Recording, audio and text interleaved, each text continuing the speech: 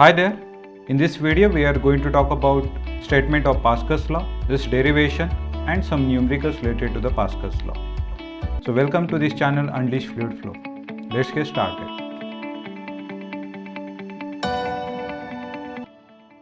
So as per the statement of Pascal's law, it states that the pressure or intensity of pressure at a point in a static fluid is equal in all directions. So if I consider a fluid element inside a static fluid, then intensity of pressure acting on that fluid element is equal in all directions. So this is the statement of Pascal's law. For the derivation, we are considering a wedge-shaped fluid element like this. Horizontal dimension is dx, vertical dimension is dy, and inclined dimension is dz. In the third direction, the dimension is dz, and this angle is theta. So pressures acting on this fluid element in the horizontal direction, it is px, in the vertical direction it is py, and in the inclined direction it is pz. Remember, pressure always acts normal to the surface. At the end, we need to prove that this px, that is equal to py, that is equal to pz. That means pressure is equal in all the direction for this fluid element.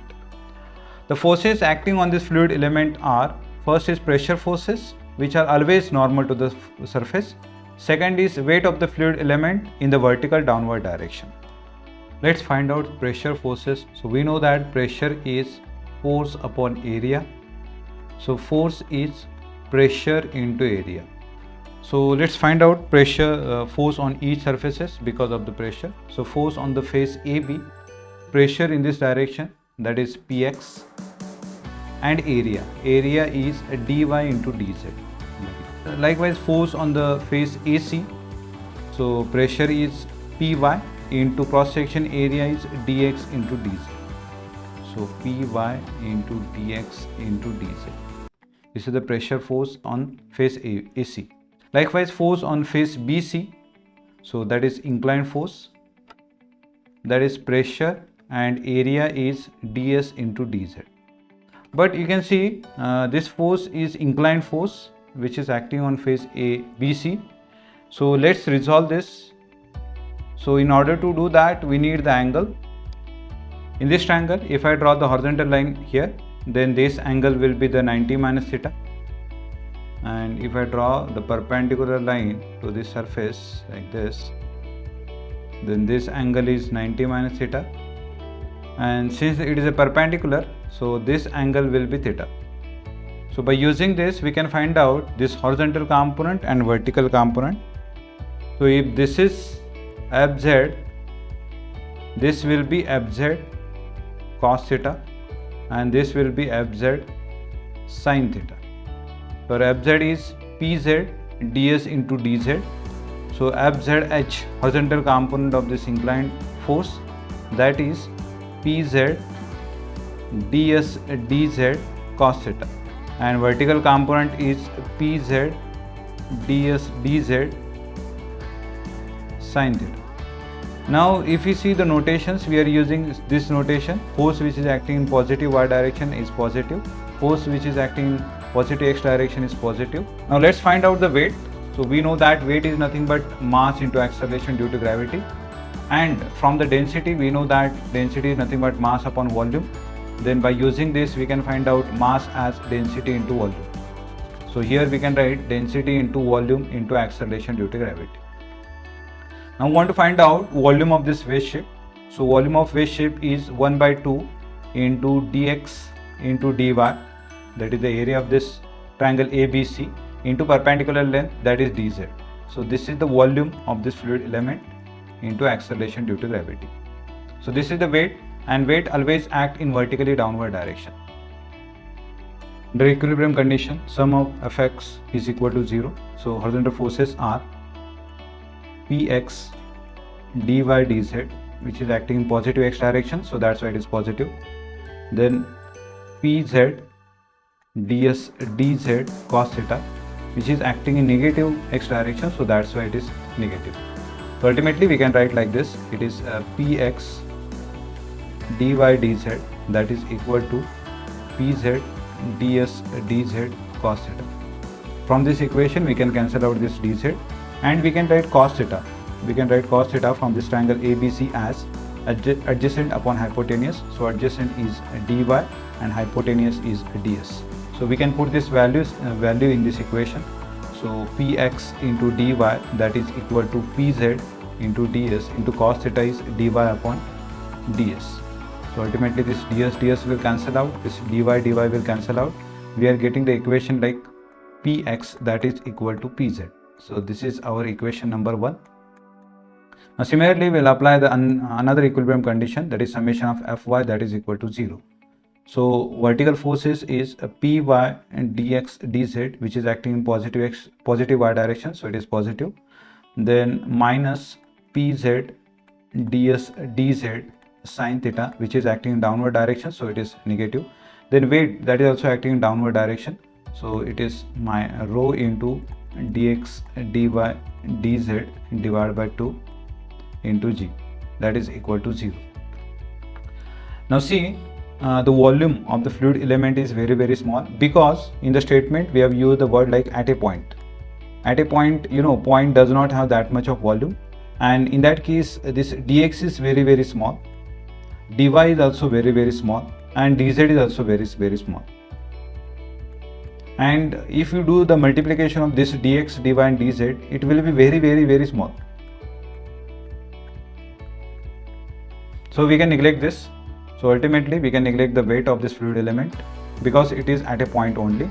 So we can write the equation like py and dx dz, that is equal to pz and ds dz sine theta. We can cancel out this dz and we can write sine theta as, so sine theta is opposite, that is dx by ds. So we can put the values. So py into dx, that is equal to pz into ds into sine theta is dx by ds. So this ds will cancel out, this dx will cancel out. So ultimately we are getting the equation like py, that is equal to pz. So this is equation number 2, and from this equation 1 and 2 we can write like this: px, that is equal to py, that is equal to pz. Hence it is proved. There are many applications of Pascal law. One of the typical application is this hydraulic lift. So in hydraulic lift we are applying small force on the plunger. So this is the plunger, and by using that we can lift large weight like this. So this is the ram. So here we are applying small force on the plunger, and as per the Pascal's law, whatever the pressure generated at this point, same pressure is applied at this point also. Okay, so by using this we can apply small force and we can lift the large weight. This we can prove mathematically by using the pressure. So at this point pressure, whatever pressure P1 is there, same pressure is there at this point P2. So pressures are same as per the Pascal's law. We know that pressure is force upon area. So F1 divided by A1, that is equal to F2 divided by A2. So F2 divided by F1 we can write as A2 divided by A1.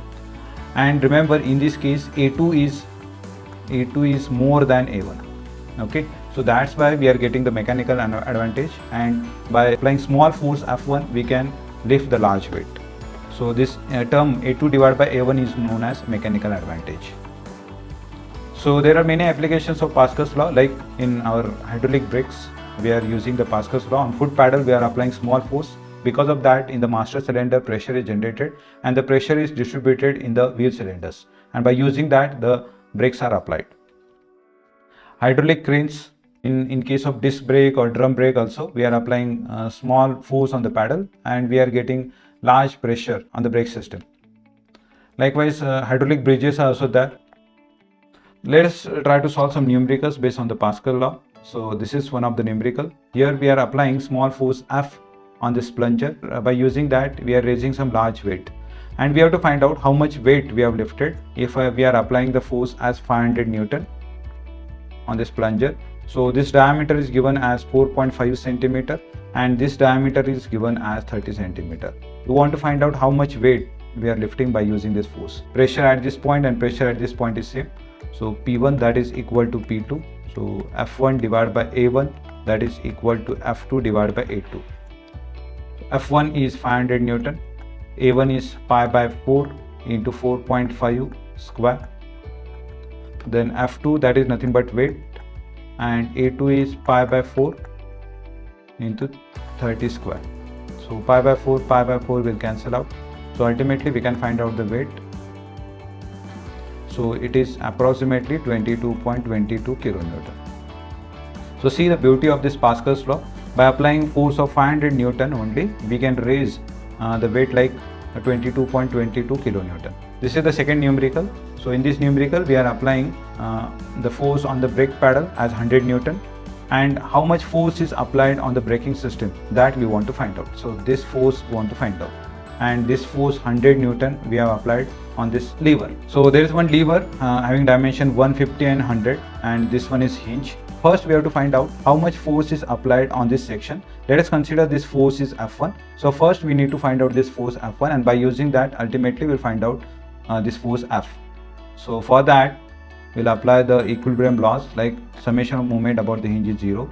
So 100 into 150, that is equal to F1 into 100. So ultimately we are getting F1 as 150 Newton.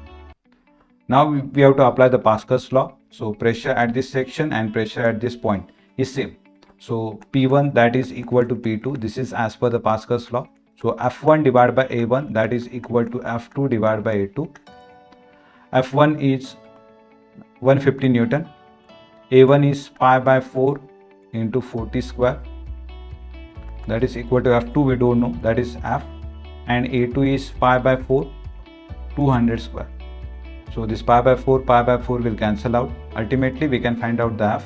So F we are getting as 3750 Newton. So this is the force applied on the brake pedals. So that's all from this video.